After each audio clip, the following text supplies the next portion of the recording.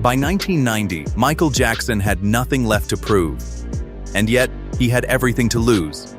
He had broken records, conquered stadiums, and transformed popular music forever. But the world that had crowned him king was disappearing. New artists were rising. New sounds were taking control. And for the first time, the most successful performer on earth was in danger of being left behind. To survive the new decade, Michael could not simply make another hit. He would have to destroy the formula that made him untouchable and rebuild himself from the ground up. What followed was 16 months of pressure, abandoned ideas, fractured partnerships, and more than 50 recorded songs. And from that chaos emerged the darkest, most unpredictable album of his career. Michael Jackson had already sung about suffering, prejudice, desire, and the fragile state of humanity. But he had never sounded like this. On Dangerous, the darkness felt heavier, the rhythms were colder, the streets seemed closer. Its sound was raw, mechanical, and unmistakably urban, as though the polished world of pop had been dragged into a new and uncertain decade. The album did more than introduce another chapter in Michael's career. It marked the collapse of an old one. For nearly 10 years, Quincy Jones had stood beside him, helping shape the records that transformed Michael from a gifted star into the most dominant entertainer on the planet. But as the 1990s approached, that legendary partnership came to an end. And outside the studio, popular music was changing just as dramatically. The bright colors and theatrical excess of the 1980s were disappearing. Flannel shirts, distorted guitars, and a more confrontational attitude were taking their place. Nirvana was emerging. Metallica and Guns N' Roses were commanding enormous audiences. At the same time, artists such as Bobby Brown and MC Hammer were proving that hip-hop and hip-hop-influenced music could no longer be treated as a temporary trend. A new generation was taking control of the culture. Michael Jackson could have protected himself by repeating what had already worked. Instead, he chose the more dangerous path.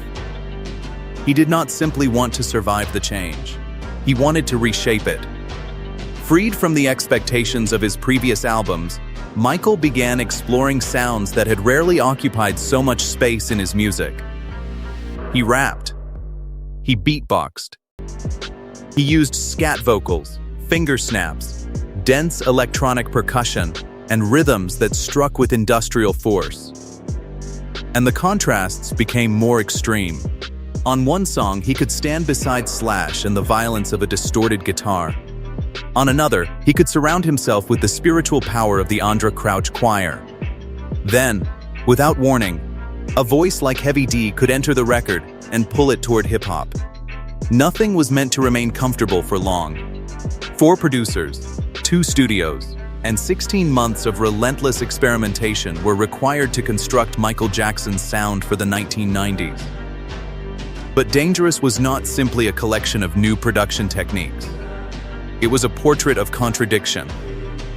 This was a man who wanted to become the greatest performer the world had ever seen, yet often appeared desperate to escape the attention that followed him. He spoke about healing the planet while struggling to find peace within his own life. He wanted connection, but increasingly lived behind walls. At the height of his power, Michael poured those tensions into the music. That is what made Dangerous feel both spectacular and deeply unsettled. Critics accused the album of being too long, too excessive, and too fragmented. To some listeners, its abrupt changes in sound made it feel as though several different records had been forced together. But Michael did not view contrast as a weakness. He saw it as the point. He wanted an album to move like a journey. A song could seduce the listener, then disturb them. A hard electronic rhythm could collapse into gospel. Romance could give way to paranoia. Social anger could suddenly be followed by vulnerability. When traditional R&B could not carry the emotion he wanted, Michael searched for another language. Rock could express violence. Hip-hop could provide urgency.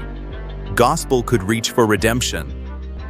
For Michael, genre was not a boundary. It was a tool. And if the album's artwork offered any clue to the world inside it, then Dangerous was never intended to be a simple experience. Its cover presented a strange and elaborate spectacle filled with beauty, illusion, machinery, mystery, and menace. It invited the audience into a fantasy, but it also warned them that the fantasy might turn against them. It was part amusement park, part nightmare, a dazzling show guided by an artist who understood spectacle better than almost anyone alive.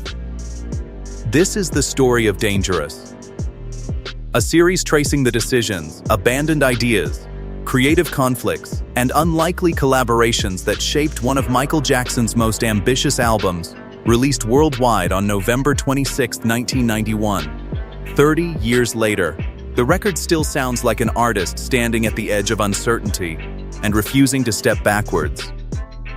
And for anyone willing to follow him into that uncertainty, the journey begins here. Because by 1989, Michael Jackson had already achieved what most performers could not accomplish in several lifetimes. Off the Wall had established him as a solo superstar. Thriller had turned him into a global phenomenon. Then, Bad carried that success across continents, filling stadiums and confirming that Michael was no longer simply part of popular culture. He stood above it. But reaching the top created a problem no award or sales figure could solve. What could possibly come next? Any direction Michael chose would be examined. If he repeated himself, critics would accuse him of running out of ideas. If he changed too much, he risked alienating the audience that had made him untouchable. His next album would not be judged like an ordinary release. It would be measured against some of the most successful music ever recorded. The question was no longer whether Michael Jackson could create another hit.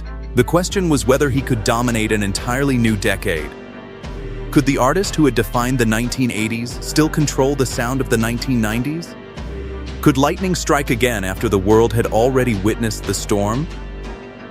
The first sign of change came in January 1989. Michael had just completed the final concert of the Bad World Tour, bringing one of the largest and most demanding chapters of his career to an end. The tour had carried him around the globe, placed him before millions of people, and pushed his public image to an almost mythic scale. But when it was over, Michael did not speak like an artist preparing to repeat the experience. He declared that he would never tour again. Whether that promise could last was another question. But in that moment, the message was clear. The Bad era was finished. And whatever Michael Jackson became next would have to be built from the beginning. The audience is going crazy out there. How are you going to stay away from it? I don't know. It is my last. Michael was beginning to imagine a future beyond touring. Cinema appeared to be the next great frontier. He still intended to make music, but the man who had helped shape his sound for nearly a decade would no longer be standing beside him. Quincy Jones was gone. Their partnership had produced extraordinary results, but the sessions for Bad revealed how much Michael had changed. He was no longer simply the performer in the room. His instincts as a producer had sharpened, his authority had grown, and he had become increasingly willing to challenge Quincy's decisions. Those disagreements were real. Musician Larry Williams later recalled a noticeable tension between them. Michael wanted to demonstrate that his talent extended beyond singing and dancing. He wanted to prove that he could shape the music itself. At the center of their conflict was the future. Michael believed sound was moving too quickly to rely on familiar methods. He wanted newer technology, harder drum textures, and production ideas that pushed beyond what audiences were already hearing. In Moonwalk, he acknowledged that he and Quincy sometimes clashed. Their arguments were not simply about personalities. They were about how far the music should go. Quincy brought discipline, experience, and proven instincts. Michael wanted to reach past the proven. He was no longer satisfied with keeping pace with modern music. He wanted to arrive before everyone else. You also go on to make Bad with Michael. And there's stories about, I mean, you've talked about it before, that it wasn't easy, your relationship together, working on these records. It was challenging at times. Was that a hindrance, or did that actually help create what you... Listen, what am I going to learn from Michael, man? I don't want to be a singer and a dancer, but everything else he doesn't have, we had, you know? So I didn't ask him about anything. We told him what songs he was going to sing. A producer has to do that. Despite the rumors that followed, Michael and Quincy did not end their partnership in anger. There was no dramatic betrayal. No final explosion behind closed studio doors. The separation was mutual. Those who worked closely with Michael remembered that his respect for Quincy never disappeared. Brad Buxer later explained that Michael still admired the producer deeply, but admiration was not the same as dependence. Michael had always possessed a fierce independent streak. After 3 historic albums, he wanted to answer a question that had followed him for years. Was the success truly his? Or would the world always believe Quincy Jones was the man behind the magic? Walking away from such a proven partnership looked irrational to many people. Together, they had created a level of commercial success that may never be repeated. Abandoning that formula meant risking everything that had made Michael untouchable. But the risk excited him. For the first time, he could oversee an album as executive producer. He could build the team himself, explore unfinished ideas without restriction, and create without trying to satisfy the expectations of the past. The studio was no longer a carefully controlled system. It was an open canvas. Michael began reconnecting with musicians and producers he already trusted, including Bill Bottrell and Bryan Loren. Later, he brought longtime engineer Bruce Swedien back into the process. But Michael had not waited for an official project to begin. According to Swedien, the search for the next album had started almost immediately after Bad was completed. One record had barely ended before Michael was already recording demos for another. He rarely allowed himself to stop. The first plan, however, was not the album that would become dangerous. After dominating the 1980s, Michael and his record company began preparing a celebration of everything he had achieved during the decade. Award show appearances, carefully staged photographs, and major publicity events would remind the public of the records, performances, and visual spectacles that had changed popular music. At the center of that campaign would be a new release. Part greatest hits collection, part introduction to Michael's future. The project was given a fitting name, Decade. Michael approved the idea in early 1989 and reportedly received an advance of $18 million. The recording sessions were based primarily at Record One, a division of Ocean Way Studios in Sherman Oaks. The facility cost around $4,000 per day. In return, Michael had privacy, control, and the freedom to work at his own pace.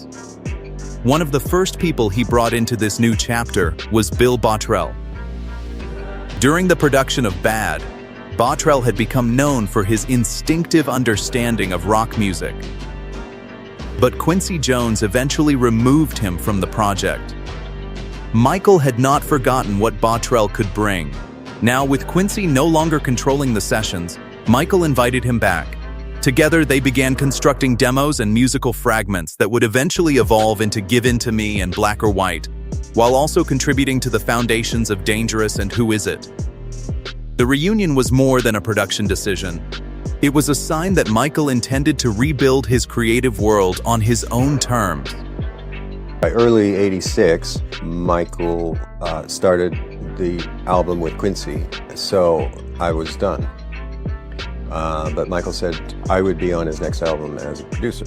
So by the time Michael was ready, I did not feel the weight of that responsibility. If I went to bed at night and I thought, oh my God, Quincy Jones is not producing Michael and I am, maybe I would have a little twinge, but basically I knew what I wanted to do. I knew me and Michael were very tight. We sat for a year and a half making music and making tracks and it was very, he was alone. He didn't have other work to do during that year and a half. So really it was very free time for him. Much of the album's rhythmic foundation began at Westlake Studios, where Michael worked closely with Bryan Loren.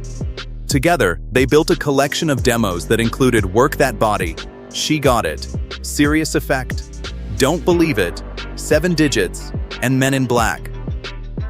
But Loren was not trying to reinvent Michael completely. His instinct was to look backward. He wanted to recover the warmth, groove, and organic R&B energy that had defined Michael's earlier records. To Loren, the future could be found by reconnecting Michael with the musical spirit that had first made him extraordinary. I can understand Michael Jackson. I like Michael Jackson a lot. I have a lot of respect for him. I would love to achieve the same success or greater success than Michael Jackson, but I would never allow myself to be isolated from the world. Collaborating with him was incredible because before we did anything, he would sit there and play a lot of music for me. You know, so he's playing the music, he's dancing around the studio, it's just me and him. It was amazing just watching him, how much passion he had for the music, how excited he was about the projects. I mean, he really was excited about what he was doing. I mean, you know, there was a lot of passion, there was a lot of energy. It was just amazing, you know? It was deep. Decade was supposed to arrive before the end of 1989. It never did. The release was postponed again and again, even though the project had advanced far beyond the idea stage. A cover mock-up had already been created, presenting Michael as a monumental figure carved into stone, less like a pop star and more like an ancient icon preserved for history. Years later, that same sense of scale would reappear in the imagery surrounding H-history. The proposed artwork also revealed that Decade was never intended to be a simple chronological collection. Its working sequence moved freely between Michael's past and the music he was still developing. Billie Jean and Beat It sat beside It Doesn't Really Matter, an early title for the song that would become Who Is It? The selection continued through The Girl Is Mine, Rock With You, She's Out of My Life, Thriller, Say Say Say, The Way You Make Me Feel, Dirty Diana, and Heartbreak Hotel. Then came newer material such as Black or White, alongside Bad and Michael's version of Come Together, the Beatles song he had performed in Moonwalker.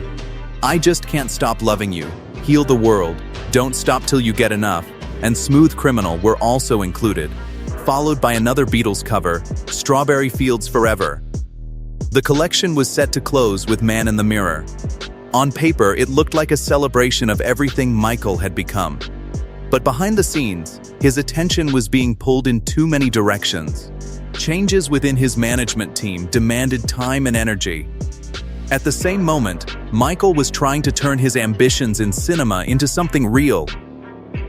Music, business, and filmmaking were now competing for his focus. A new release date was chosen for November 1990. Then the pressure took a more serious turn. In June, Michael collapsed while dancing in his home studio. Reports described chest pain, dehydration, and inflammation around the ribs, with a possible panic attack also suggested. The incident came at a moment when Decade had already lost momentum. And while Michael's project remained trapped in uncertainty, popular music continued to move forward without him. His younger sister Janet had released Rhythm Nation 1814, a powerful fusion of R&B, funk, rock, and industrial rhythm. It was not merely successful, it pointed toward a new kind of pop music. Harder, more socially conscious, and more connected to a younger generation. Elsewhere, hip-hop was becoming impossible to ignore. Public Enemy brought urgency and political confrontation into the mainstream. Nirvana represented the growing force of grunge. New Jack Swing was merging R&B vocals with the aggression and rhythm of hip-hop. The culture was changing faster than Decade could be completed. And that made the project feel increasingly out of step.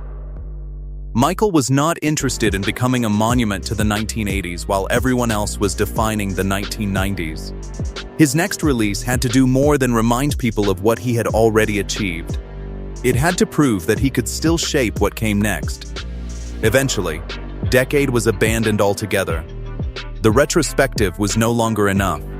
Michael turned his attention toward building an entirely new album, one capable of standing beside his greatest work while belonging unmistakably to a different era. That decision also changed the fate of his sessions with Bryan Loren. The music they had created was strong, but Loren's instincts were rooted in restoring the organic R&B spirit of Michael's earlier recordings. He wanted to recover a familiar kind of magic. Michael no longer did. He was not searching for a way back to the past. He wanted a sound that had not existed before. His plan was to take the newest movements in rock, hip-hop, funk, gospel, and contemporary R&B, pull them apart, reshape them, and force them into a musical identity that belonged only to him. The old project had been canceled. Now the real search for Dangerous could begin. Were there incredible politics in the making of Dangerous? Oh my God. I mean, yes. Yeah, on Dangerous, yeah. Heavy politics. I will tell you about Serious Effect that I actually believed that Serious Effect was going to end up on Dangerous. His enthusiasm in those vocals, the speed with which that came about, because again, it was something he did entirely without me in that case, made me feel like it was a sure contender. And so I went on and did more finishing on the tracks and was very disheartened when Michael said no. By 1990, Michael had found the sound he believed could carry him into the new decade. New Jack Swing was sharper, heavier, and more street-driven than the polished pop that had defined much of his earlier work. Its rhythms were aggressive. Its production was built for radio, clubs, and a younger audience that wanted R&B with the force of hip-hop behind it. But there was a problem. Michael was not discovering the movement at its beginning. He was arriving after it had already exploded. Bobby Brown had pushed the sound into the mainstream with records such as My Prerogative and Every Little Step. The style was dominating the charts, and even Whitney Houston had moved toward it on her 1990 album, I'm Your Baby Tonight. For the first time in years, Michael was not setting the pace. He was trying to catch it. His first instinct was to approach the producers who had already helped redefine the sound of his own family. Jimmy Jam and Terry Lewis had transformed Janet Jackson's career through Control and Rhythm Nation 1814, building a hard, futuristic fusion of funk, R&B, and electronic percussion. Michael reportedly wanted that same creative force behind his next record. But Jam and Lewis declined. Their loyalty remained with Janet, and the partnership they had built with her was still at its peak. Michael continued searching. According to Jermaine Jackson, the next possibility emerged while Michael was recovering in hospital. Jermaine spoke excitedly about plans to work with L.A. Reid and Babyface, two of the most in-demand producers in contemporary R&B. But soon after, Jermaine claimed Michael brought the pair to Los Angeles to work on his own material instead. To Jermaine, it felt like a betrayal. His own album was delayed for months while he waited, and the tension between the brothers deepened. The dispute eventually spilled into public view in 1991 when Jermaine released Word to the Bad, a direct attack on Michael. Yet even after the family conflict, the sessions with Reid and Babyface produced no lasting result for Michael's album. Another collaboration had reached a dead end. Then, in June 1990, a new name entered the picture. Teddy Riley was only 23 years old, but he was already one of the most important architects of New Jack Swing. As a member of Guy, and through his work with Heavy D, Big Daddy Kane, and Bobby Brown, Riley understood the sound from the inside. He had even helped write My Prerogative, one of the movement's defining crossover hits. Michael's team was not looking for another veteran who could recreate the past. They wanted someone connected to the streets. Someone who understood the rhythms young audiences were responding to before those rhythms became safe enough for the rest of the industry. The strategy that had helped make Thriller revolutionary could not simply be repeated. MTV was no longer a new frontier waiting to be conquered. The visual spectacle Michael had once used to separate himself from every other artist had now become part of the industry itself. This time, the danger was different. A new wave of young black performers was rising through hip-hop, R&B, and New Jack Swing. They were faster, more current, and already speaking the language of the decade Michael was trying to enter. He did not need another producer who understood the legend. He needed one who understood the moment. And Teddy Riley might have been the only person capable of giving Michael Jackson a sound urgent enough to keep the future from leaving him behind. And my manager said, well, I don't believe it's Michael Jackson. Put him on the phone. I just want to see if it's his voice. He just wanted to see if it was his voice. Yeah. And Michael gets on the phone. Hello? Hello? And then he pulls like a little kid. Yeah. He pulls the phone from his mouth. He said, that's him. And he started laughing in the background. Yeah. Michael's laughing at my manager. He said, can I speak to Teddy? I read so much about him. I study him. And I get on the phone with him. And his first thing he say, Teddy, aren't you gonna be working on my album, aren't you? I said, I didn't know. I didn't know I was supposed to be, I'm just my first time even hearing about. He said, oh, you guys didn't tell him he's working on the album? Yeah, you're supposed to be coming here. Can you come here this Saturday? What, if you can't come this Saturday, can you come next Saturday? I was like, yes, I can come next Saturday, I promise. He said, you promise? You gonna come? I was like, yep, I'm gonna come. I'm gonna make it. It give me enough time to prepare and have a bunch of music for you to listen to. He said, oh, great. He said, you gonna be okay? I said, okay, yeah, I'm gonna be great. He said, okay, I look forward to hearing the music. I look forward to seeing you, and I can't wait. By the time Teddy Riley entered the project, Michael had already recorded more than 50 songs. The problem was no longer a lack of material. It was finding the sound that could define the entire album. Bryan Loren had looked toward Michael's musical past. Riley wanted to erase that familiarity completely. He believed Michael should sound unlike any previous version of himself. Michael pushed him even further. He did not want another collection of predictable synthesizer presets or standard drum machine patterns.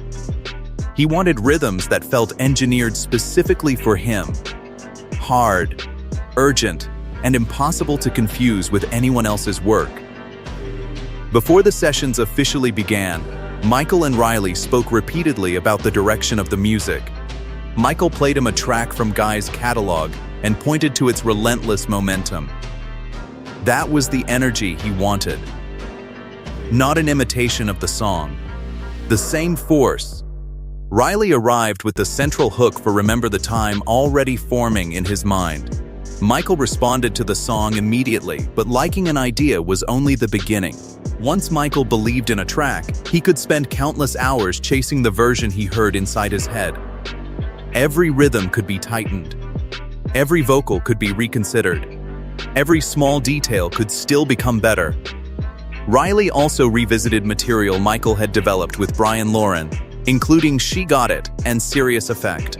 From there, he became involved in the evolving versions of Jam and the title track Dangerous. By early 1991, the album appeared to have taken shape. A working sequence included major Riley collaborations such as Remember the Time, Dangerous, and In the Closet. For most artists, that would have meant the work was nearly over. For Michael, it meant there was still time to change everything. He continued writing new material. Finished songs were reopened, arrangements were adjusted, rebuilt, and sometimes questioned all over again. As the deadline approached, Michael's instinct was not to stop. It was to create more. Riley later remembered management stepping in with a direct warning. He and Michael were not to disappear into the studio and secretly write another song. The album had to end somewhere. Sony executives imposed a firm deadline, determined to have the record in stores before Thanksgiving 1991. That pressure exposed the hidden cost of Michael's new freedom. For the first time, he was overseeing the project as executive producer with a newly assembled creative team. Quincy Jones was no longer there to enforce rigid boundaries, reject material early, or declare that a song was finally complete. Michael had gained control. But he had also lost the person who once made him stop. During the final 2 months, the work consumed nearly every available hour. Michael and engineer Bruce Swedien rented hotel rooms only minutes from record 1, so they could return to the studio almost immediately. There was no real separation between life and the album anymore. The closer the deadline came, the more intense Michael became. Then he saw the surreal promotional film David Lynch had created for Dangerous. The campaign was already moving. The release was becoming real. And suddenly, the endless experimentation had to become a finished record. But beneath the urgency, uncertainty remained. Michael had spent years trying to prove that he could create a masterpiece without Quincy Jones. Now, with the album almost complete, he turned back to the very man whose shadow had followed the entire process. He invited Quincy to hear the final record. Not to take control, not to rebuild it, but to judge whether Michael had gone far enough, or too far. Quincy listened. He praised Teddy Riley's production. Then he gave Michael the reassurance he had been searching for. The album was a masterpiece. It was ready. The approval brought the story full circle. Michael had begun the project determined to show that his success did not belong to one producer. Yet in the final moments, the opinion he trusted most still came from the man who had helped shape his greatest achievements. By Halloween 1991, the album had been completed and fully mastered. Its title was Dangerous. It was released around the world on November 26, 1991. The finished record was not a return to Off the Wall, a sequel to Thriller, or an extension of Bad. It was the sound of Michael Jackson tearing apart the formula that had made him untouchable and rebuilding himself for a decade that had already begun moving without him. More than 50 songs had been recorded. Collaborations had failed. Relationships had fractured. Deadlines had been pushed to their limit. But from that uncertainty emerged one of the most ambitious records of Michael's career. And this was only the beginning of its story. For members of the channel, the archive continues with original press material, extended footage, rare discoveries, and early access to the next chapter in the making of Dangerous.